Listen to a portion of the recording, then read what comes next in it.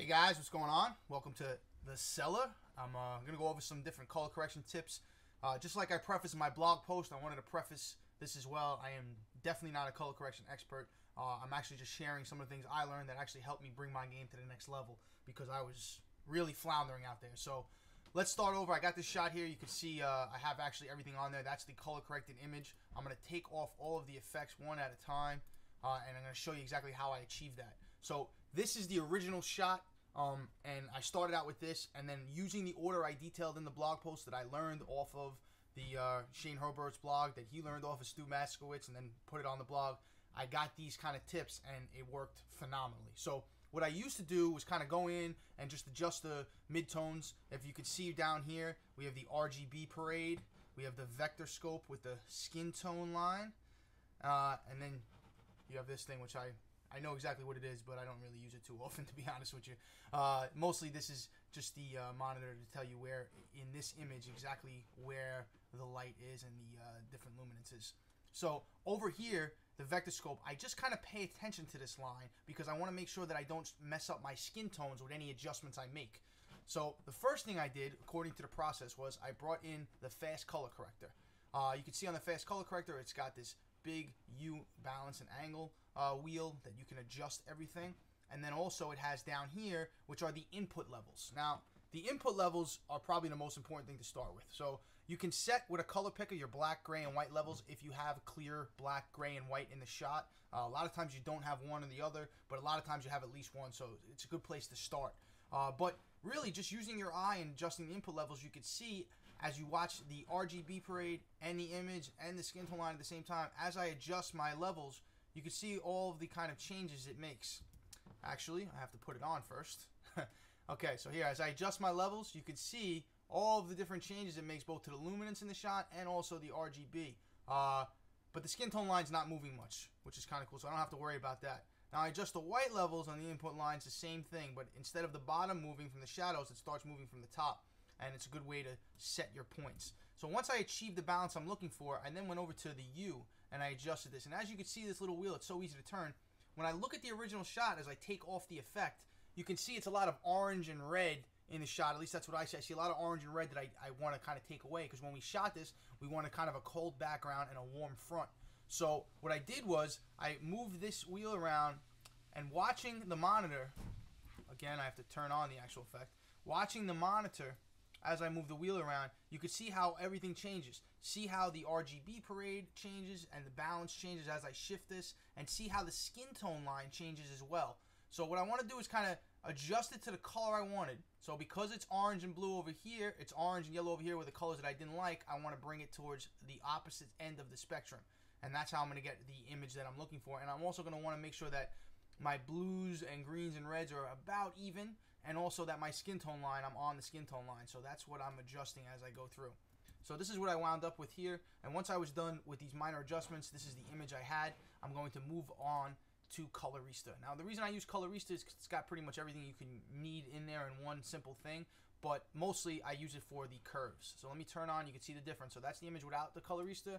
That's the image with the Colorista. And you can see how it's starting to pop now.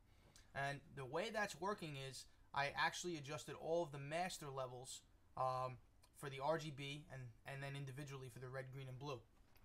I started out basically raising my mids a little bit and lowering my shadows. Now remember, you wanted to pay attention to have the other stuff set before you raise your midtones. That was one of the mistakes I was making, was I would immediately jump to my midtones because it's the easiest thing to see a change in the shot, give me some brightness, and then I could work from there. But that's actually totally wrong. It's very easy to adjust the midtones.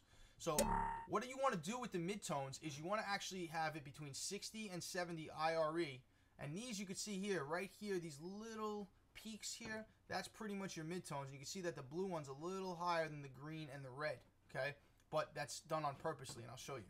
So started out, I adjusted my contrast just a very little bit. I brought down my shadows just a little bit, and I picked up the mids, again, just a touch. From there, I went to the different colors. I needed a little bit more of my highs and my red to kind of make these even out a little bit. And then finally, my mids, as you can see, I kind of liked it a little high. Now, I could have left it there. I don't think that's a bad shot. I think it's really just all about preference, and that's not adjusting the mids. But, again, I wanted to kind of warm the cold background, the cool background, and the warm front. So I adjusted that 0.20. And that's how I got that to look that way.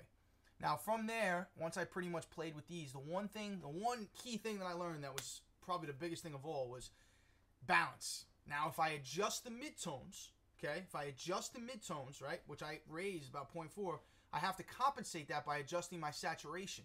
Because once I adjust the midtones and I raise them, it's going to brighten up the image, but it's also going to desaturate the image. So you need to compensate the midtones by saturating the image. So if I take off the saturation, you can see that a lot of the color in the face is kind of gone. And again, it's not that this is a bad looking image, but it's just very desaturated.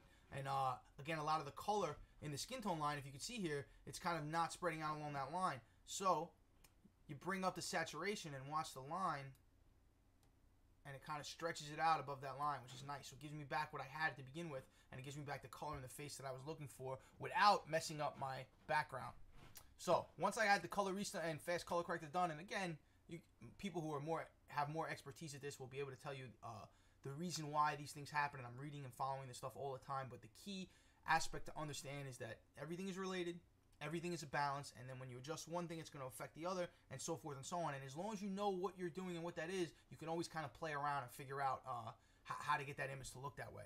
So once I was done and I had basically with the image that I wanted, the last two things I want to do was, first, anytime you shoot with the AF100 or you shoot wide open or anything along those lines, you're going to get a little bit of a soft image. So I wanted to add some sharpening there, and you can see the difference there. If you watch the face as I take it off, see how it's a little bit soft. And then I put it on, and you get a little bit more detail here, and it's nice. And it also makes him pop from the background a lot better. And then the final thing that I added, which is, again, it's an additional purchase, but I find it very useful sometimes, is Red Giant's looks, Magic Bullet looks. I added a look, but I kind of customized it, and all I did really with this look, I mean, I probably could have added this with regular parameters in Premiere, but I have looks, so I use it. And you can see I didn't really add too much. The colorista, which was one of the presets that was already there, all it does is kind of raise the highlights. So you can see without it, it's a little bit darker, and with it, it kind of pops a little bit more in the image. I also added a vignette, which when I take off, you can see how I put it on where the vignette is. So that kind of is very simple. You can use the regular vignette in Premiere. And then finally, which is kind of cool with looks, is this thing called Cosmo, which fixes up the skin a little bit. So if you watch his face, when I take Cosmo off, right around here, you'll see there's a lot more detail and degradation in the skin, and when I put it back on, it kind of disappears a little bit. So it makes it for a little bit of a smoother image. All right, if you watch in between the eyebrows too, right here, again, I put it on. So again, and these can all be adjusted depending on the skin tones and so forth and so on, but I was pretty happy with this result. And again, looking at it this way, if I come back to my timeline here, all right, and I take off the adjustment, that was the original shot, and then following these steps in this order, I was able to get it to look like that. All right, one more time, original shot, and then following the steps in order, I was able to get it to look like that, which I was pretty happy with. So thanks for watching, guys. Hopefully I have some more tips from that I learned or experience online. Follow me at PJNorms, at PJ_NORMZ, or at editcellar.com. Talk to you soon.